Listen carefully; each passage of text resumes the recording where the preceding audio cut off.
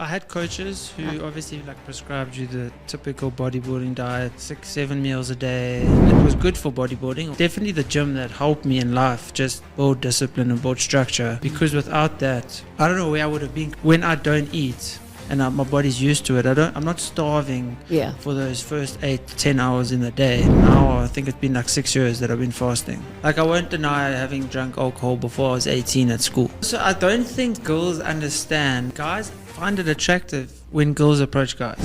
Like you don't want to be in a relationship with someone where you feel guilty for doing what you love. What I find visually appealing is so different in different people, but obviously there has to be attraction initially. Being a man is the ability to be able to be less selfish, care for other people more than yourself. I mean, my dad, obviously, I'm not going to say he didn't make mistakes. I don't have any memories of other than being forced to do things that would actually benefit me.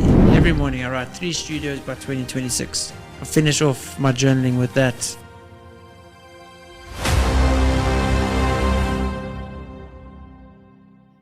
So Jesse, welcome to Navigating the 20s. How are you? I'm very well, thank you. Thanks for having me. Yeah, no, let's just start because I've been following your page, I think, for a year now. And it's obviously you're a very fitness focused person, from the diet that you're taking, the long trail runs that you do, and obviously running a business. But maybe you can talk me through that, like what's inspired your fitness journey, if we just start there. Like, have you always been into fitness, training hard, doing, strength training as well as doing long runs? So I definitely owe it to my dad, I would say, at least starting out. I mean, I remember being 7, 8, and he'll be like, okay, it's school holidays, come with me to the gym, go swim. I remember every Sunday he'll be like, okay, we've got a goal before church. That my brother, he was older, so his amount of laps, I would let's just say it was like 80. Mine was maybe like 60 or whatever, and then my dad's was whatever. Yeah. And he would just say, okay, in this next hour, we must do these many laps. And then from there, obviously he's playing a lot of school sport. Pretty much, I would say in terms of gym, like the swimming was on and off, going to gym every now and then. Yeah. Then when I was 13, I was really skinny because I was on Ritalin. Yes. And I just didn't eat anything. Yeah. And then fortunately, my mom was like, no, this Ritalin is doing more harm for you than good. Went off the Ritalin, got my appetite back. And then I was tired of being skinny because I was eating like 1 meal a day, if that. Sure.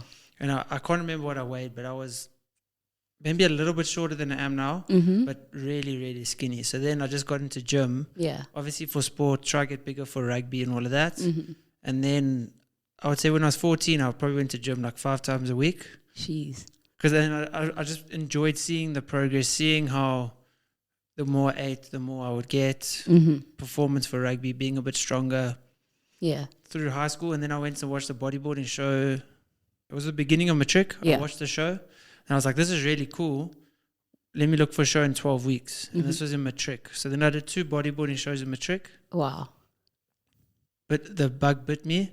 And then the next year, varsity, same thing, did a few shows, competed for about 6 years, and then I just got bored of it. So that's when the running and the cycling and stuff came in. Jeez. So the gym for me has always been almost the bedrock of my training. Yeah. But there was just something lacking because it was so monotonous, always the same thing, especially with competitions. It's always like so isolated in what you do. Yeah. And the whole world, almost doesn't exist. And doing that for that amount of time, I lost the appetite to want to do it. Yeah. So I needed to introduce something else into it so that wouldn't fade away. Yeah. And talk me through like your bodybuilding years. Like how did you manage to not like veer off, let's say start using steroids to get bigger? How did you stay disciplined to be like, okay, I'm in it for the sport. I still want to win, but I still want to value my body and make sure whatever I put into my body, my physique is still like a healthy response to competing like on a competitive level?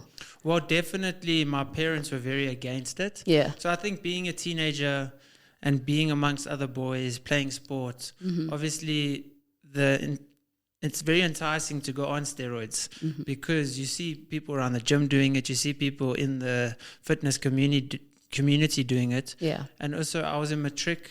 Everyone advised me against it at least, Being 18, people were like, if you're going to do this, wait.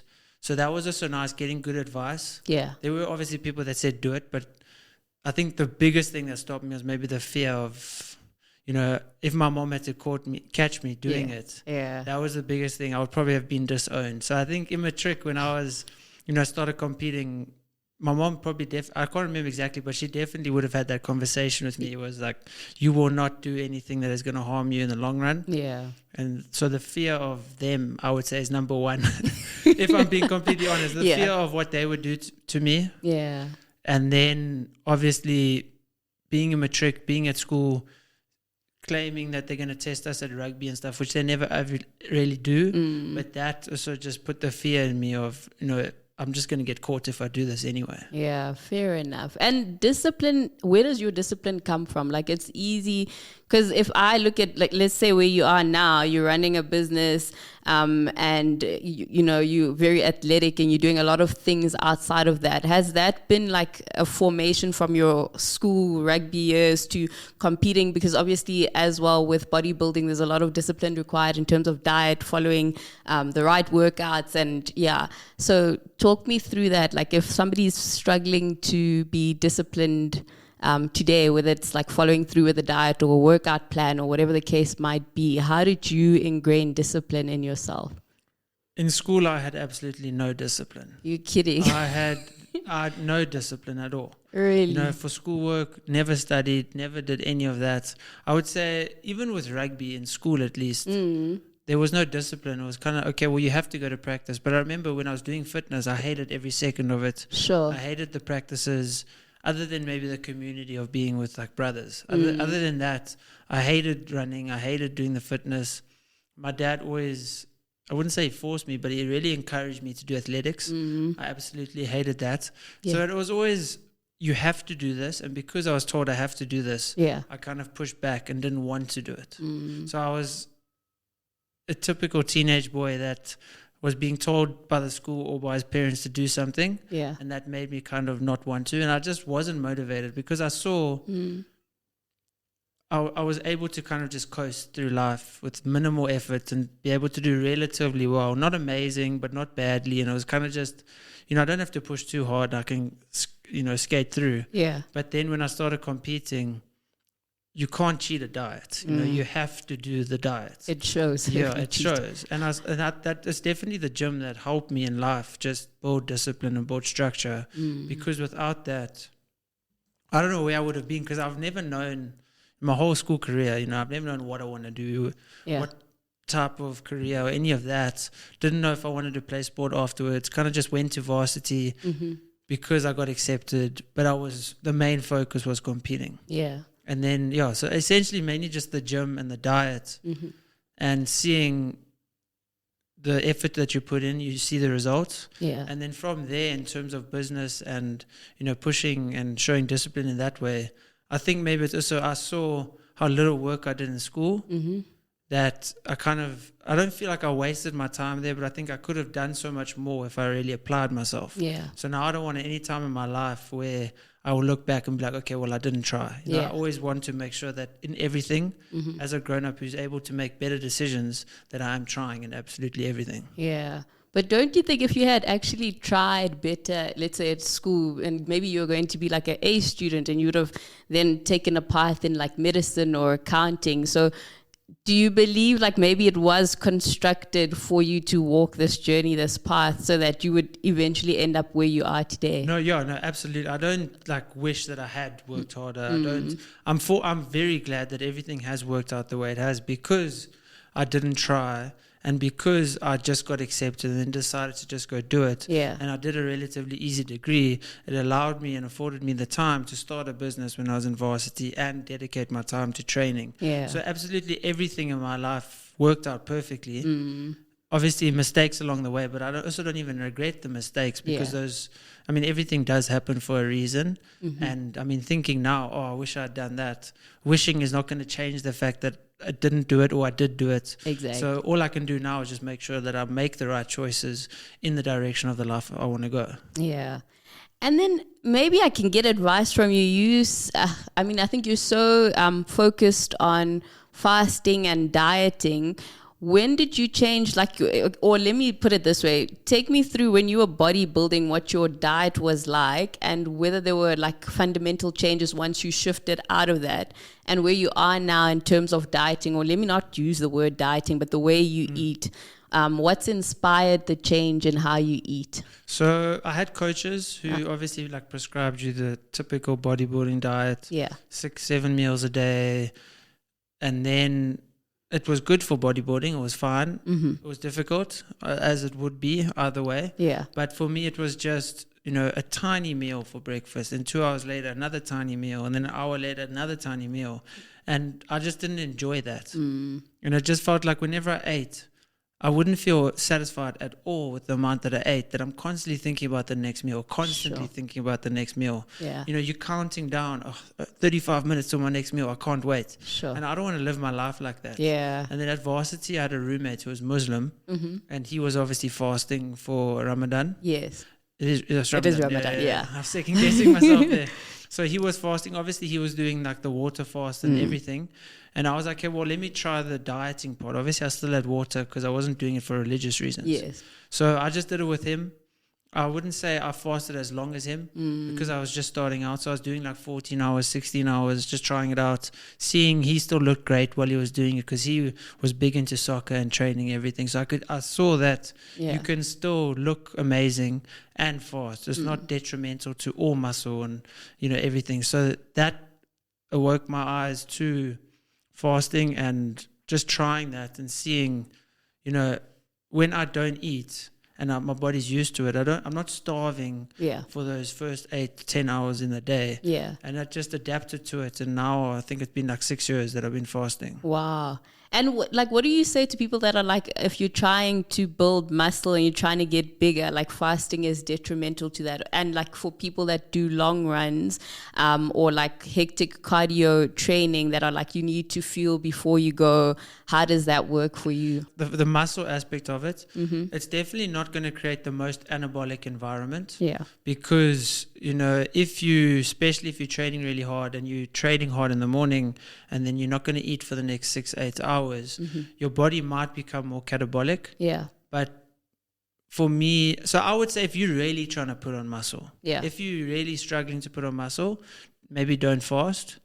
But you can then maybe have a breakfast and then have a 4 or 5 hour window, then maybe have your lunch, then have a 4 or 5 hour window. I mean, even the bodybuilding coaches that I had then, now I see that they're doing that similar thing where it's long periods between your meals, maybe not fasting, but have a meal at 6, then have another meal at 12, then maybe at 4 o'clock have a snack, and then at 7 have your dinner. So it's not, 6, 10, 12, consecutively like that. Absolutely. And then in terms of the endurance, I myself, if I'm doing, let's say, a long run on a Saturday, then I will eat before or at least every 45 minutes on the run. Yeah. So I don't fast if I'm doing anything over 2 hours. Makes sense, yeah. Yeah, so during the week, even like if I do a 21K, I won't eat. But if it's a race, different story, because I want to have maximum performance and energy. Absolutely. Then I would obviously eat. But yeah, I don't fast on like a marathon. I would never fast on that kind of day because you're just not going to have enough energy. Absolutely. And I think it's so like, because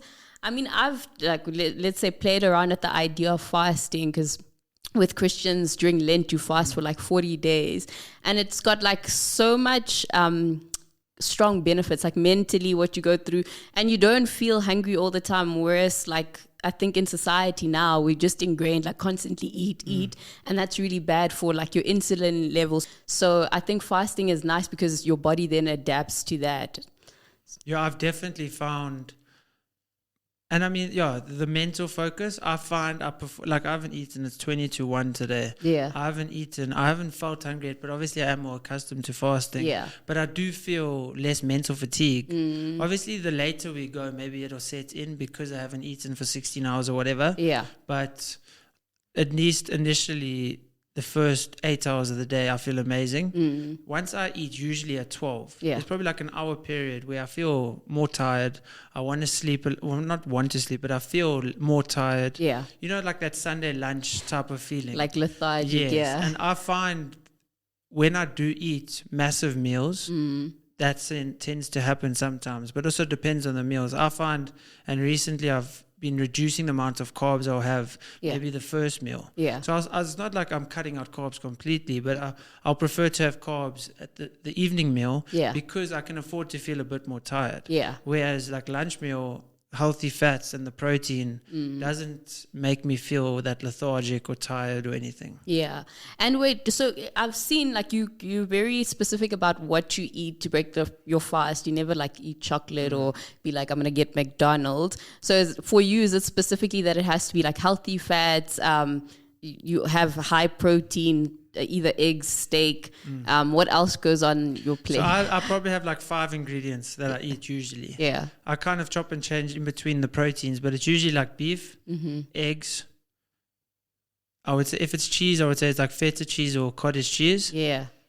So beef, eggs, cheese, olives, and nuts. Yeah. Those are the only 5 foods I eat. I do, obviously, if I'm implementing carbs, I like couscous just because I'm lazy. It's easy just to boil the kettle and cook it like that. But I mean, if I do have carbs, it'll be couscous, potato. So anything that hasn't had any things artificially made or added to it for preservatives or anything. And then are you consciously making the decision not to have vegetables? Or is that just the... So like sometimes I'll make like a coleslaw where it would be like cauliflower and cabbage and like the Woolworths, like the coleslaw thing that you make with the... So like with that meal, I'll have the coleslaw. So I'll get my veg from there. I personally, if I'm somewhere, like last night I was at my parents' house for dinner and my mom made Brussels sprouts. Like it's not like I don't like Brussels sprouts. Yeah. It's just I don't like to go to the effort to make them. So I'm just, if I'm honest, a little bit more lazy in terms of that. But sometimes if I'm really hungry, and then I'll maybe cook broccoli or cauliflower because it's obviously high volume, low calories, and it keeps me fuller for longer. Yeah. So I'm not against vegetables, and I'm not. Like, we see on social media where it's like how bad the phyto whatever thingies are that, defense mechanisms that the plants have. Yeah. Like I often will make, like I'll have a whole bowl of like baby spinach and then I'll put my avo in with that or the nuts or like a boiled egg and break up the egg and put it in there, make like a salad. Yeah. So I don't avoid it completely, but the days I'm not feeling too hungry, maybe I just won't have it. Yeah. And what informs like your research around that? I'm getting to a point where like I don't necessarily always just take my advice from social media, but the other day I think I just got overwhelmed where I was like, this guy saying don't eat this, don't eat vegetables, don't eat, like everyone's just on a don't eat this, and I'm like, what the hell are people supposed to eat? So I think we've all reached a point where it's just like Instagram is overwhelming with advice of what to eat and what not to eat. Yeah, it's difficult because people are posting things that are very polarizing to get views. And you'll see someone that's like, don't eat bread. I see those funny videos where the guy's like, okay, time to eat. And then you watch the video, don't eat bread. He's like, oh, can't have that. Yeah. Then you watch the same video, oh, can't eat eggs. Oh, take the egg away. Exactly. And that's basically, it's difficult because everyone is different. Yeah. I know for myself, dairy doesn't agree with me. So I avoid dairy. But some people, dairy might be fine for them. Yeah. Some people might not agree with... an avo might not be good for them. Egg whites, they might be allergic to egg whites. Steak, they might not enjoy red meat. They might have to have more chicken. So I think it all just depends on person to person. And I've just tried to always do what works for me and do what I enjoy and how I feel the best. That's my main thing is, like I know, but I still do it. But if I have a pizza on a Saturday, I do not feel my best. My stomach doesn't feel great. I don't feel as much energy. Yeah. Like I just don't feel my best. So I know, okay, yes, maybe I'll allow myself a pizza after like a hectic workout or a run or whatever. But I know I'm not going to feel my best. So if I wouldn't have that, the night before a race. But some people do, and they're fine with having a pizza the night before the race. So it all just depends on person to person. Yeah, I think it's you touched on something very important. It's like so important to tune into your own body. Like I've seen the same, like I think when was it, like 2 days ago I visited a friend and I was like, okay, because I'm a guest, I'll just eat whatever they want me to eat, and I ate, and then the next day I just couldn't run. I was like, my heart rate's going up, the hills, I'm struggling, you're feeling heavier. So like when you make those decisions, it's going to affect your performance the next day, and when the workout goes bad, like the rest of your day just goes, and it could have been completely preventable. So I think what works for other people doesn't necessarily mean that it would apply directly to you. Yeah, no, absolutely. Yeah.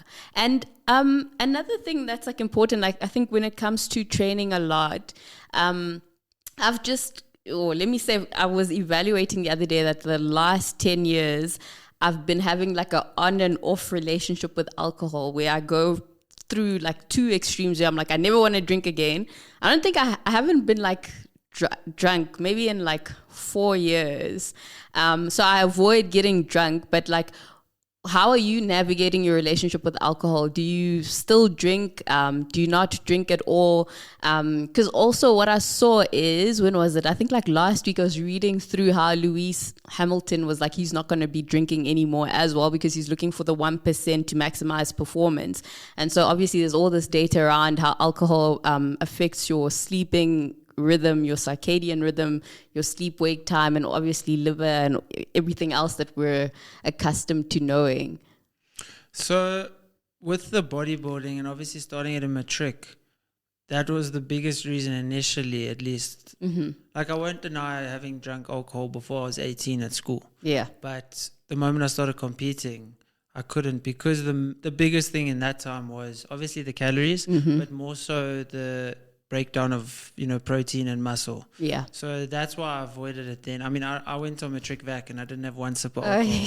So it was excessive. It was excessive, but I don't look back now. I'm like, oh, I missed out, because I mean, I can have a matric vac any night I want in my Fair life. point. So I don't look back now and say, oh, I wish I drank. Mm-hmm. But that was, at least initially then, was, just trying to not break down any muscle. And then I enjoyed waking up the next day after, let's say, I went out, and feeling perfectly fine. Yeah. So now, I won't say I don't ever have alcohol. Like, I'll still have some wine at dinner, but it will never be to the point where the next day I'll wake up and not be able to train. Yeah. Even if it's a rest day, because if you got a hangover, you don't want to have to eat healthy food. Absolutely. You And, need like McDonald's fries exactly. or whatever. So I just find it sets me back completely. The enjoyment of the night doesn't outweigh the setback the following day, the week afterwards. Because I mean, I'm 27 now. Yeah. I know even if I just get one bad night of sleep, even without alcohol involved, it's like 2 days to recover from that. Yeah. So that's why after a race, I'll still have a beer or whatever, like if they give you a beer. So it's not like I'm against alcohol. It's just, for me, I prefer to always be able to the next day go for a run, or to be hydrated, or so it's just personal preference in terms of how it affects me the next day, because it does affect me a lot. Absolutely. I think maybe you had the advantage of going into bodybuilding, because if I look back, like, probably because I'm very competitive. Like after I matriculated, then I could outdrink people, and I had lots of male friends, so we would go and like watch rugby or soccer and then like drink as many beers as possible. And then eventually I think I went through incidences where like I never want to feel like this again. But then it becomes difficult, like navigating clubbing and not being able to drink. And I think it's only maybe in my late 20s that I was like comfortable enough to be like, you know what, I'm going clubbing and I'm just having water. And if I want something else, I'll just have soda with nothing. So you go through different phases. And now I'm like, it's like I'll have alcohol on occasions, like wine tasting. But I'd never want to get drunk. Like my limit's like 2 glasses of wine and then that's it, because I know I can still function the next day. And also you are fitter, so you do get tolerance. a little bit tipsier, but easier. That's true. So with friends and family, are you finding that you have enough time for your friends and your family? Like, if I had to use myself as an example, I find like you get so busy and you take it for granted. I think being able to keep up with people's lives on social media, we often think that it's okay if we don't touch base because we know what's happening in somebody's life. But do you have like a conscious way where you like slow down in life and be like, okay, let me touch base with my parents or some of my closest friends? So it's difficult, because when, let's say, because obviously training and business takes priority, and not to the detriment of relationships. But let's say when I was training really hard and working on my business and I had a girlfriend, then maybe the friendship aspect suffers a little bit, because you only have time on, let's say, the weekend. So then you're just seeing your girlfriend. So maybe the family aspect or the friend, it kind of goes down a bit. And then now that I don't have a girlfriend, I'll be seeing friends every weekend and my parents almost every weekend. So I'm yet to be at the stage where I've perfectly aligned everyone and given everyone the right amount of focus. Yeah. But I think that's just kind of what life is trying to work out that balance. Absolutely. But fortunately now with my parents I cycle a lot with my dad. So I'm in a very fortunate position where I'm able to spend, at least every weekend with him. Yeah. And, cycle for 3 to 4 hours with him. I'll take my dogs to my parents. So my mom would look after them while we're cycling. Yeah. And then I would see her for a little bit afterwards. Maybe we have lunch together. So then I'd spend time with her. Yeah. And then every weekend, because I'm constantly, working every night, on a Saturday night, I'll prioritize and be like, hey, this friend, do you want to come over for bride, go to their house or whatever? Yeah. So I'm focusing that time on them. But that's because I don't have a girlfriend or whatever. So if I had to have the girlfriend, the Saturday night would probably be spend more time with her, or she would come with to the friends. Yeah. So I'm yet to get that balance perfect. But there's never really a 2-week period where I don't see my family or my friends. Okay, that's actually good. Like, I think with me, it's been family. I was like, oh, family is always going to be there, and I put them in the back burner. And then like this December, I almost lost like somebody in my family that I was close to. And then that's when I was like, okay, like I need to reprioritize. So making more time for family. But when you speak about the dating equation, I think what I did, similarly to what you do with your dad, in the past, I used to be like, I'd prefer to date somebody who is into running or likes being in the gym, because then that can be like a shared bonding time. Then it's not like it's taking away time from stuff that I should be doing. And I don't have to choose between exercise and the person I'm dating, because we just mutually be able to do the same thing. So that's how I've often found synergy. But I also do like park run walks with my mom. She doesn't run, but like you're probably the closest. So like fitness is like, and the same thing with all my friends. I would just be like, let's go for a walk, let's go for a run, just so that you don't feel like you have to compromise on the exercise to see friends. Yeah, and I think that's also the biggest thing is you don't want to be in a relationship with someone where you feel guilty for doing what you love. Yes, there needs to be, degrees of compromise and, a bit of give and take between, let's do maybe what you prefer, what I prefer, and chopping and changing between that. But it can never really be where, you have a Saturday morning, you can't maybe do a nice run during the week because of work. But now she or he or whatever is like, no, I don't want you to go run. I think we should sleep late in bed or something like that. Yeah. Where it's like, that's not going to work. So now with your relationships, have you been able to like pursue, or does it deter you away from pursuing it if they aren't, similarly aligned to you? So to be perfectly honest, I haven't actually dated somebody who wasn't fit. My last ex, we used to do races together. So we would go we would plan a holiday to Langebaan and then figure out, is there a marathon happening nearby, and then run the marathon. I have got on a date with a person that didn't know about Strava, and I won't lie, that just ticked me off. And I was like, maybe it's like the classist in me, because he said, oh, I work out. But then I was like, well, what kind of person works out but then doesn't track analytics? So I was like, okay. What type of training did he say he did? So he was like, oh, I run. So I was like, oh, okay. I was like, okay, maybe it's a Strava thing. Maybe he's on another app. So I was like, well, what do you use to track? And then he was like, nothing. And so that turned me right off. And then I was like, okay, I guess that's a thing for me. Like, it's okay. Like, if I date a guy who's a cyclist, he's a swimmer, it doesn't matter as long as you're into some form of fitness and you actually care about improving, which I don't know if it's problematic in itself. Like, should it just be like, I just want a fit person? Why is it important to care about tracking metrics? Would you say maybe then it's also the drive aspect of it, less than maybe, obviously sporty, but let's say maybe it's more just what the tracking represents. Yeah. The tracking of the run, or the tracking of the weights that you're lifting every week or whatever. I think it's also just he's serious about this and he's disciplined in this aspect. So I know in his work aspect, he's probably going to be similar. I know if there's work to be done within our relationship, he might do the same and allocate things that need to be changed or improved on. Yeah, I think you hit the nail on the head with that one, because it is that thriving for betterness. Whereas if you're just working out for the sake of it, like, how do I know you have a similar drive, and how do I know you are able to do harder things? So if I know, like, you used to run 21s and now you've moved up to be like, I want to do 42s. So there's that gradual increase in performance. Because in my head, I think I'm like wired weirdly. I always said like a very romantic thing to do would be like to run the 4 marathons. So do like New York, Berlin. Like I want to travel and go hiking, travel and do trail runs around the world. And so for somebody who's not into fitness, they're not going to understand that, right? And what's interesting is because I've got given a lot of relationship advice from people, and they'll say, you know, maybe you mustn't go for a girl that is into the same things as you. Yeah.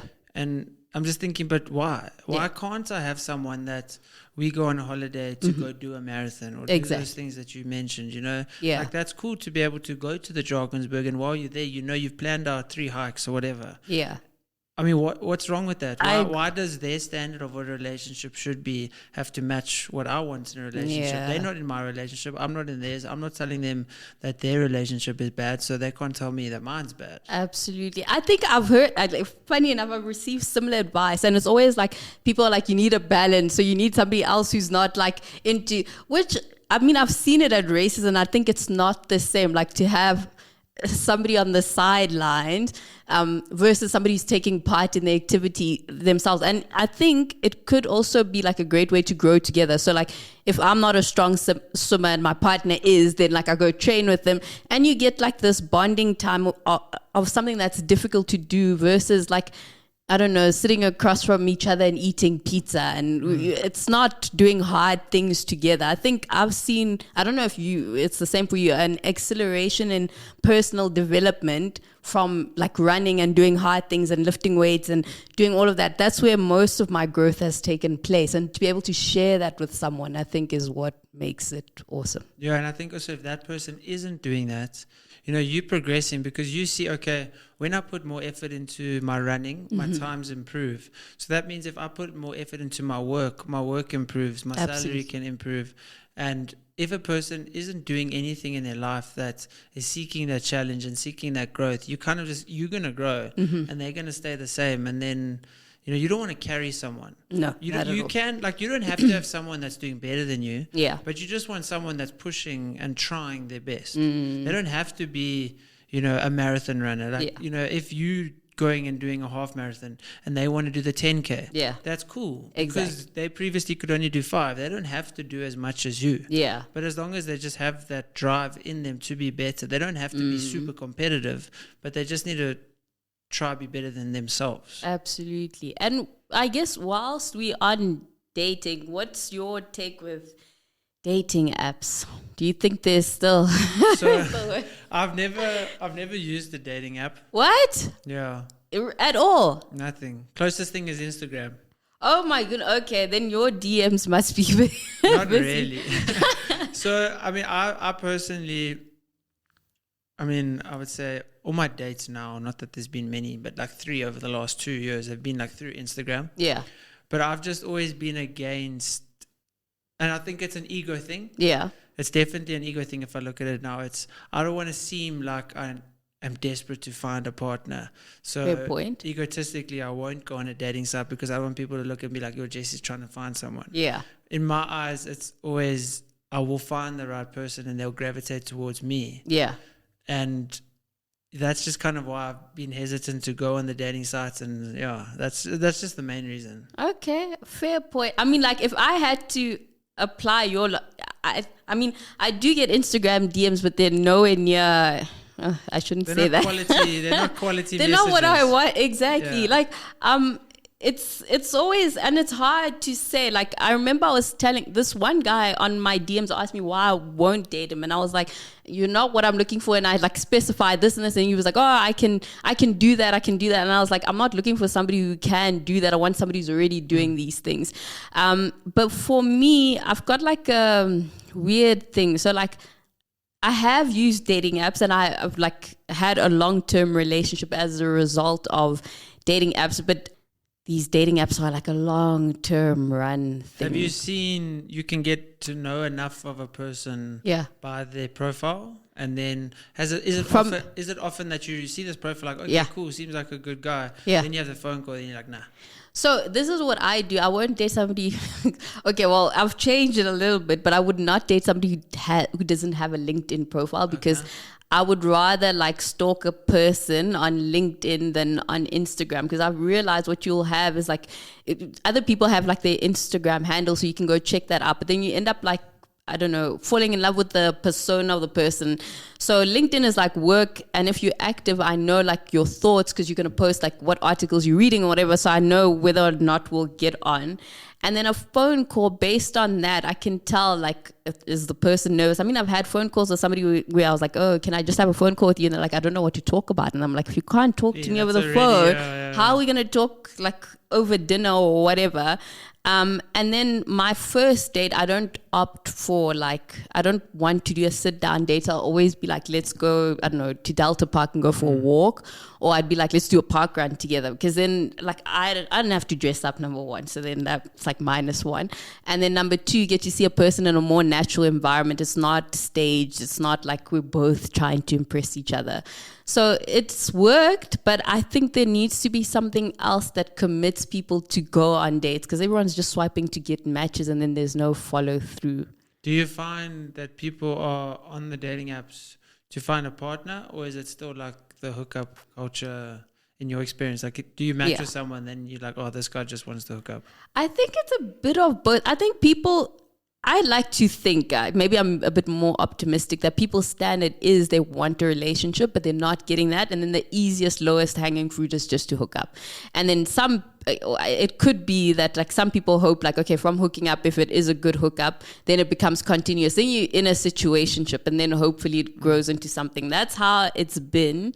And I mean, I don't want to criticize people that want to hook up. Some people are like, okay, relationships are too much. I don't have the capacity to be in a relationship.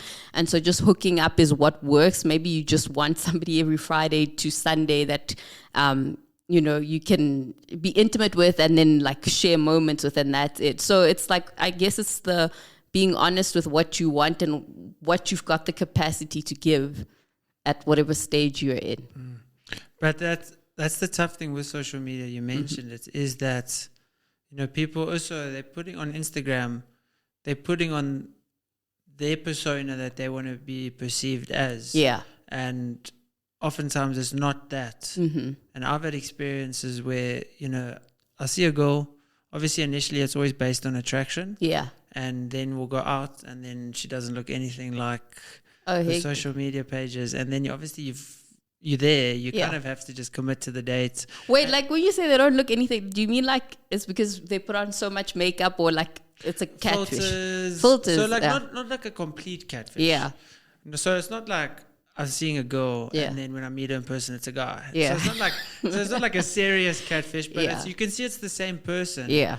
But it's, you know, I've often seen a lot of girls use like the same type of filter thingies where it's, you can see aspects from one girl's photo completely the same to another girl. Yeah. Because they're using some sort of face tuning type thing.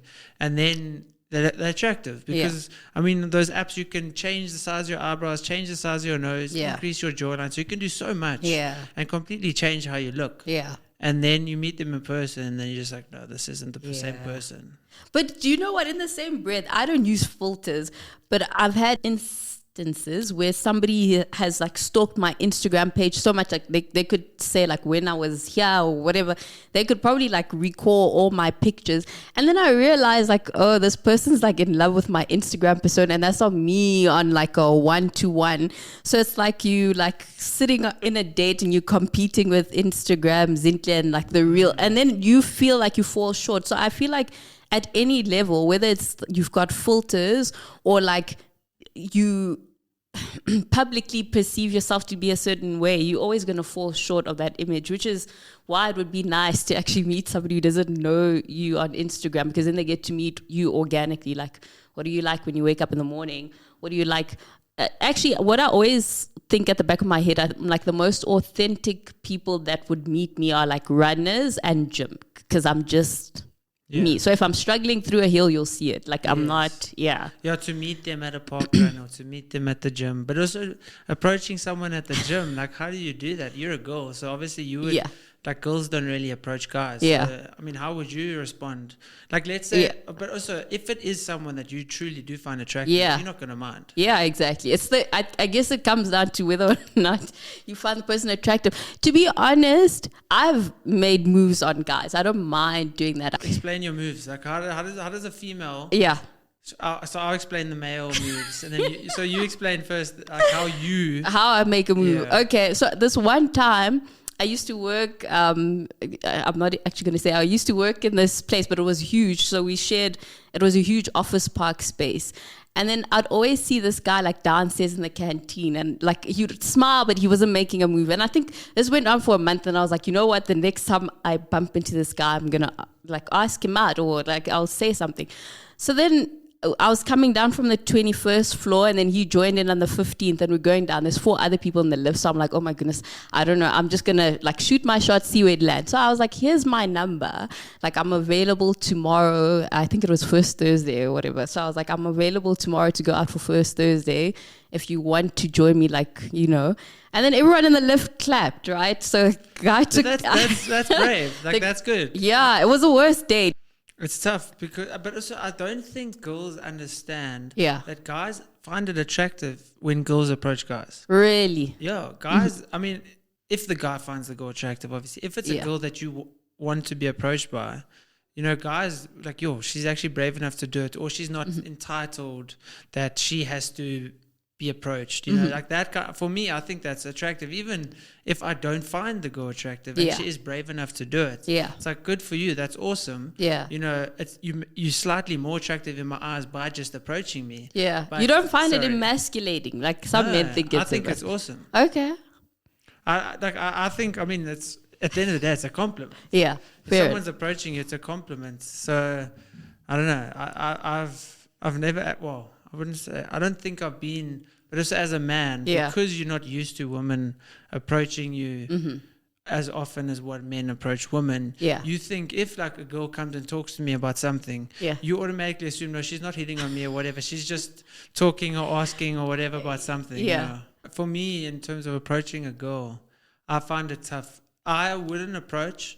I would maybe try and make eye contact. If she immediately looks away, then I'll be just like, okay, she's not interested. But how do you know? That's hard because some people get shy, so then they look away because like you. So I would, let's say, throughout the session, try to see if she's looking, try and make eye contact. Yeah. If she never looks, then she's not really interested, or she's got a boyfriend or whatever. But you just get that feeling from someone, you know, when you look at them in the gym, like, okay, that person is relatively keen, or they keep looking in my direction or whatever, then I would. But if I look at them and then they look away, or I can never catch them looking at me, then I kind of just wouldn't try. Fair enough. But if it's someone that's exceptionally amazing, then I would just, even if they haven't looked at me, I'll be like, nah, can't waste this opportunity.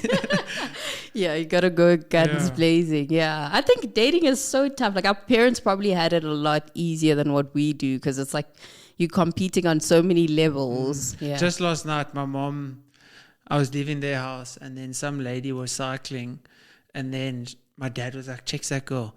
And then, typical dad. Yeah. And then I was like, oh no, because I immediately saw that she wasn't my type. Yeah. And then my mom's like, Jessie, you're so fussy. And then later on, she messaged me and she's like, if you're so fussy, you're never gonna find the right girl. If your dad was so picky, he wouldn't have ever chosen me. Yeah. Which is, but I'm picky, but it's not that bad that I'll never find anyone. What's your criteria?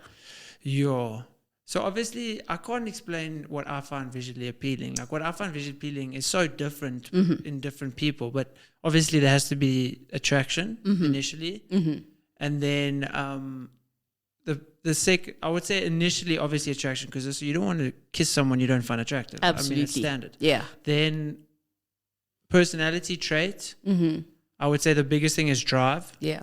Drive, and doesn't have to be super disciplined, but drive to be better than herself. Yeah. Then good communication skills. Maybe, I would definitely say drive's the most important, because doesn't have to just have drive to own her own business or that kind of stuff. But if she's employed by someone, she wants to be the best employee she can be, or she wants to improve, or she wants to just be better at what she does. So that sort of aspect of drive doesn't have to be like trying to be a female Elon Musk or whatever, you know? Yeah. And then a good conversation. I really like. I just love talking. Yeah. So I want to be able to sit on a Friday afternoon and just talk for 4 hours. You know, like I want someone like that who can hold a conversation and is vulnerable enough to analyze themselves. The last girl I was with, and it was really nice. You know, we'd spend like 4 hours just talking about we'd maybe talk about an annoyance that she had, and then we'll try to relate that to her childhood, and we'll go into like, okay, why did she respond like that? And then if I did the same, so then she would ask me questions like, why do you think you did this? So that was a really great communicative relationship. So I think that's definitely something that I would like in a relationship. It's like she doesn't have to be into running, but definitely a sort of fitness activity. Okay. So that's definitely like someone I can't. Doesn't have to be on the same level as me, because there won't be many girls that want to run 100 Ks, which is fair, which is completely understandable. But she should want to at least look after herself for herself. It doesn't even have to be for me. It must be for her. Absolutely. To feel more confidence and feel more powerful, because everyone does. Yeah. The healthier you are, the more you look after yourself in terms of training, you do feel better, you do feel more confident, and you feel happier in life in general. Yeah. So I think those are the main things. But your criteria doesn't sound picky. I'm like evaluating, but I think maybe it is hard that you're not gonna. Let me say it's rare that you're gonna find somebody that ticks all the boxes. Yeah, and I think that initial box of attraction. Is yes, I find different styles of people attractive, but there's very few that are attractive enough to want to be with, type of thing. I completely get where you're going with that. Say I want to get to Burn Studio, but before that I want to check something with you. So at what age do you think you become a man? It's a hard question to ask, and do you think you've got it figured out? Like, what does it mean to be a man in this day and age? And if one day they say you get married and you have children, what does it look like, the responsibility? Do you think you would still traditionally opt to being like a provider and a protector for your family? So I don't think there's any age you become a man. I think it's more a mindset and a belief system that you implement in your life. Yeah. Because there's 40-year-old boys, you know, yes, Fair they're point. men in age, but they're not mature enough. I think the biggest thing that makes you a man is maybe the emotional maturity to be able to be less selfish, to be able to, you know, it doesn't have to be provide in the sense of I'll make more money, but provide for your family in the sense that you make sacrifices for your family. You're not selfish. I think the biggest thing is maybe just there's more important things than you as a person. Yeah. So in that sense, I don't think I'm a man yet because I can't. If I had a kid now, obviously I would have to then become a man, and I know I would be able to sacrifice a lot for a kid. But right now, my current state, I don't have to sacrifice for anyone really, other than maybe sometimes sacrificing for friends, seeing them as opposed to working or whatever. So, but that does make me a better person. But I think being a man is the ability to be able to be less selfish, to care for other people more than yourself. Yeah. So, and also the emotional maturity of, you know, you could be the breadwinner, you could be the father, but if you don't have the emotional maturity to see how your actions affect the kid, then you're also not a man. You know, you could get angry and you don't have to abuse anyone, but you can shout, you can hit things, and that's not being a man. You know, a man is the ability to be like, okay, well, I'm a flawed human being. I make mistakes and I need to own up to them. And, you know, most people, they'll look at their mistakes that their parents made. Yeah. But then they might not make the same mistakes, but they make other mistakes because they think, or they're not emotionally mature enough to be able to deal with certain emotions. I think the biggest thing is maybe being open and vulnerable enough to express their darkest issues is maybe the most, like the vulnerability of emotion is maybe what sets men apart from boys.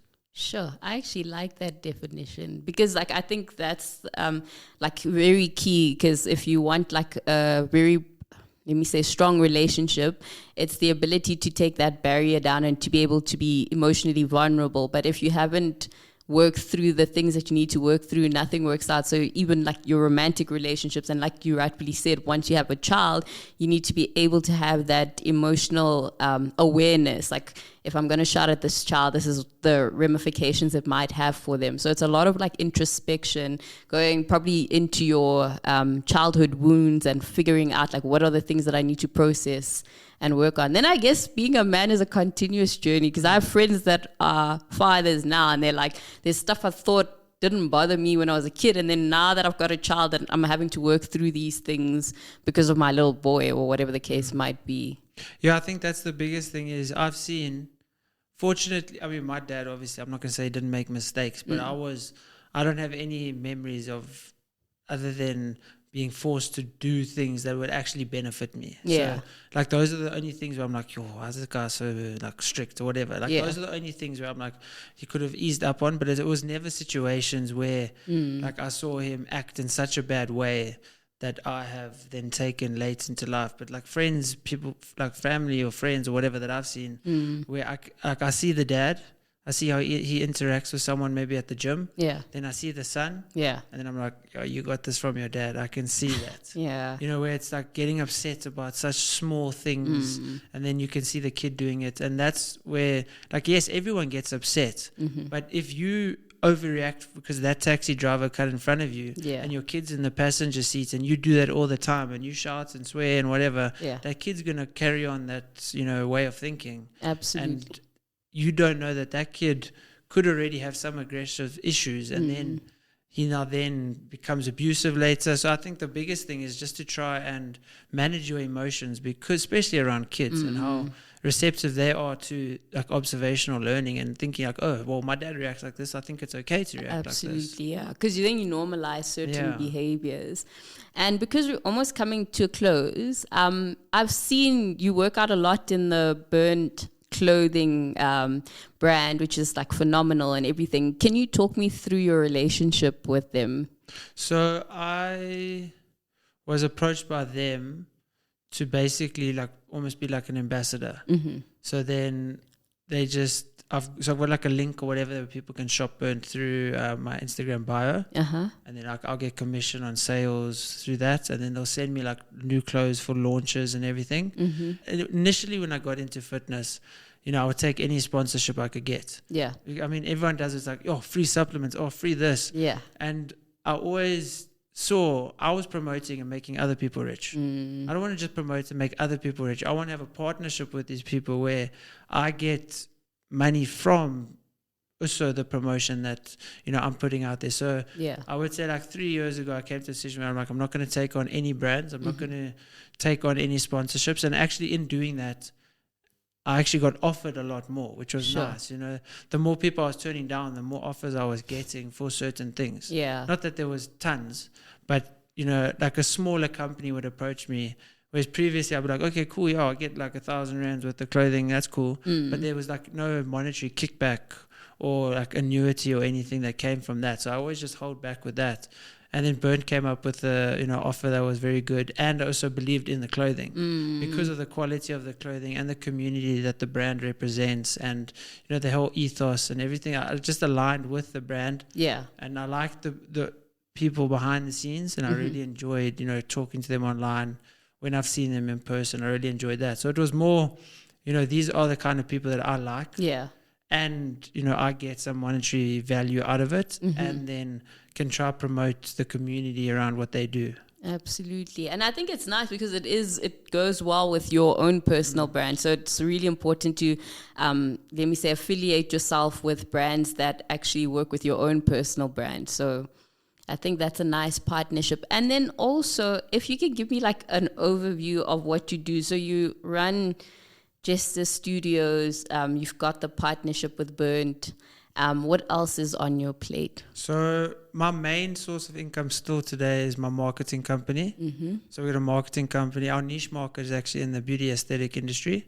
So we do all their marketing, social media, websites, graphic design, everything for like beauty salons, like hair removal, fat freezing, fat dissolving injections, like all those places that do that kind of stuff, facials, eyebrows, like all places do different things. Sure. But most of our clients are in the beauty industry. And then obviously I've got this podcast studio where we are now, where we have the space, like what you're doing right now, is renting out the space, and we provide the equipment.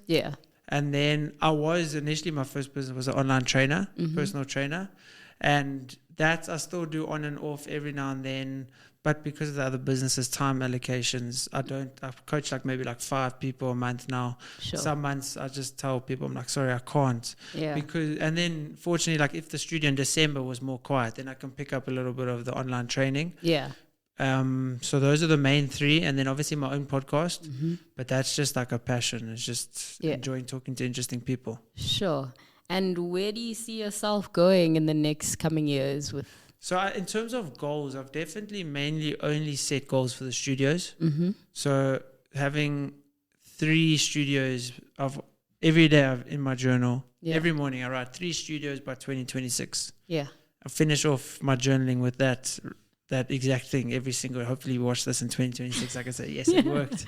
But so 3 studios, Cape Town, and then maybe Durban or Pretoria, depending. Probably Pretoria would be the better one. I mean 4 if you can do Durban as well. But my goal is to have the premium podcast facility in the country, so that when people think they want to start a podcast, they're Jesster Studios. It's like a franchise almost, where there's just one everywhere. Like even if there's 2 in Joburg, because Joburg is definitely big enough for it. Definitely. So business-wise, that's definitely where I wanted to go.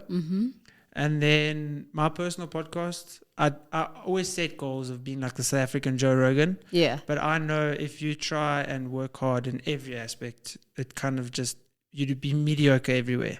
So my biggest focus now is the studios, and just doing my podcast, trying to do 1 a week and just see where it goes from there. Not really putting any pressure on it, because I can't focus on my training and 3 different businesses or whatever and have everything on an excellent level. And for your own personal brand as Jesse? I'm just posting content that hopefully can inspire and help people, because I don't know if you felt the same, where you look back in your life and you just think was I on autopilot? Was I having any thoughts about what I was doing? Was I actually concentrating on decisions I was making? Was I in some matrix or whatever? What was I thinking? If I look back at maybe before 2 years ago even, I have some thoughts of actual conceptualization of things, but most of my life I just look back on and I'm like, did I really think that deeply about anything? So I think that's what I'm trying to help people with, and that's also for myself. It's less about maybe the personal brand, but more just the personal development as a person, to become the best version of myself and hopefully help people along the way. When you spoke about that, that's so surreal, because I also realized, I think I had a good 3 years where I was on autopilot, but I think in life you go through that, you're either in survival mode or you're trying to make things happen, so you don't have time to process. And so I'm in the phase now where I'm I still gonna do a lot of things, but I want to slow down and be more intentional about being in the moment of things. Why am I doing this?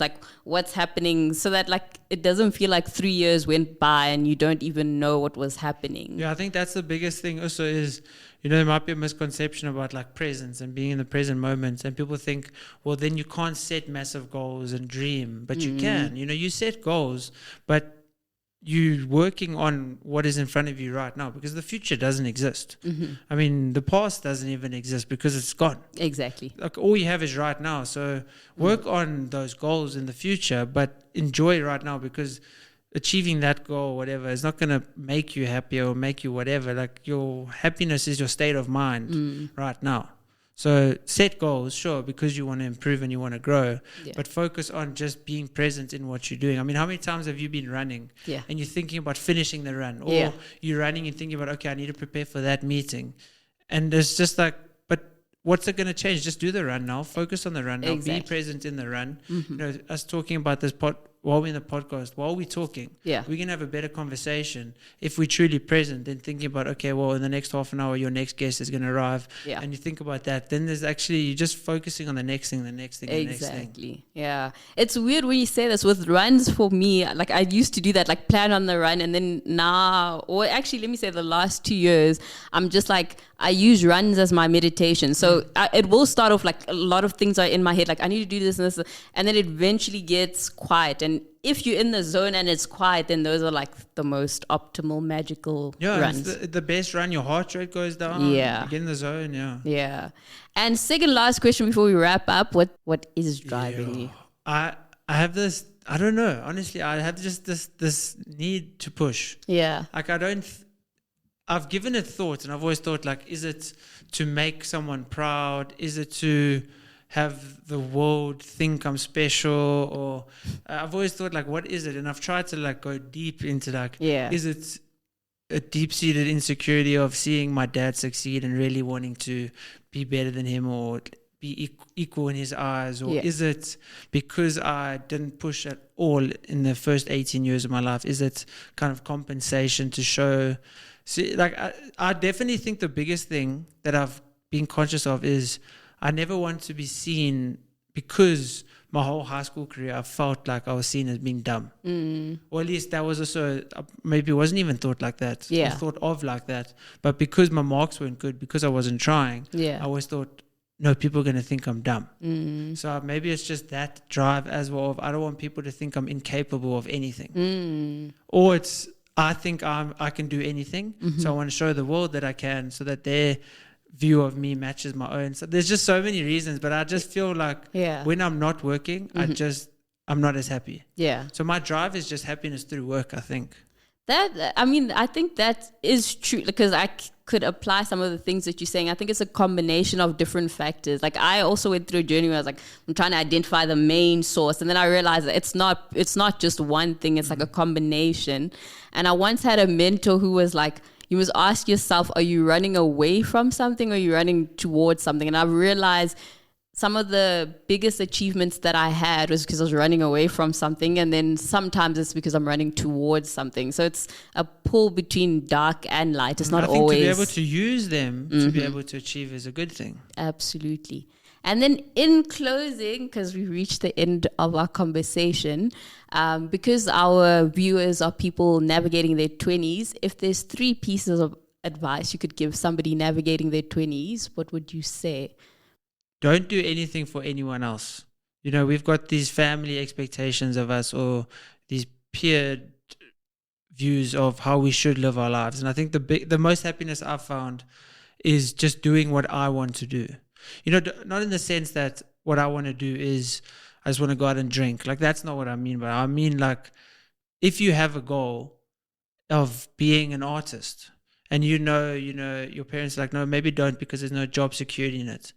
Or your friends are like, come on, we studying this degree, to stick with this. Like, the biggest thing is just not doing what other people and following their expectations. Because I think it's your life. It's not anyone else's life. Living for someone else isn't any benefits. And a large portion of the time, it's they want to keep you down, and they want to make sure that you aren't rising above them. So they project their fears onto you when they talk you out of something. Trying to think. Second is also just to not put so much pressure on yourself and be patient. I think that's the biggest thing I had to learn, was not be like, okay, I started my business now, I have to make R1 million in the first year. Like, just be patient, because things do take time to grow. And also in terms of the patience, it can kind of tie in for tip number 3 is don't compare yourself. Like, don't be envious at all. Try as best as you can not to like look at someone else on social media and be like, that guy's 26, I'm 27, look at his businesses, how come I'm not there?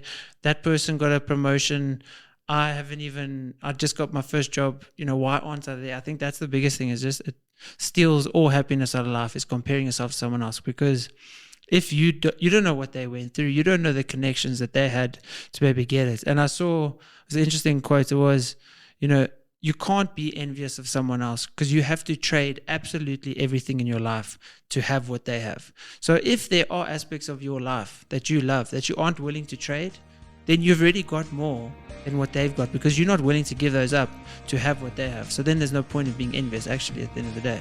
And that brings us to the end of this episode. If you enjoyed our conversation with Jessie today and you'd like to continue the conversation with us, we are on social media. You can find us at Navigating the 20s on LinkedIn, Twitter, Facebook, Instagram, and on TikTok. Do message us and let us know what your views are and how you are navigating the first half of this year. And remember that we would love to hear how you're finding this podcast. So please be sure to rate us on your various podcast platforms and let us know if you are enjoying this show. Most importantly, it'll be awesome if you can give us a rating so that we can continue to bring you content that is informative and entertaining. So this has been Navigating the 20s. Be sure to look out for our newsletter, which drops sometime this week on a Wednesday. From me, Zintle, remember to keep navigating the 20s.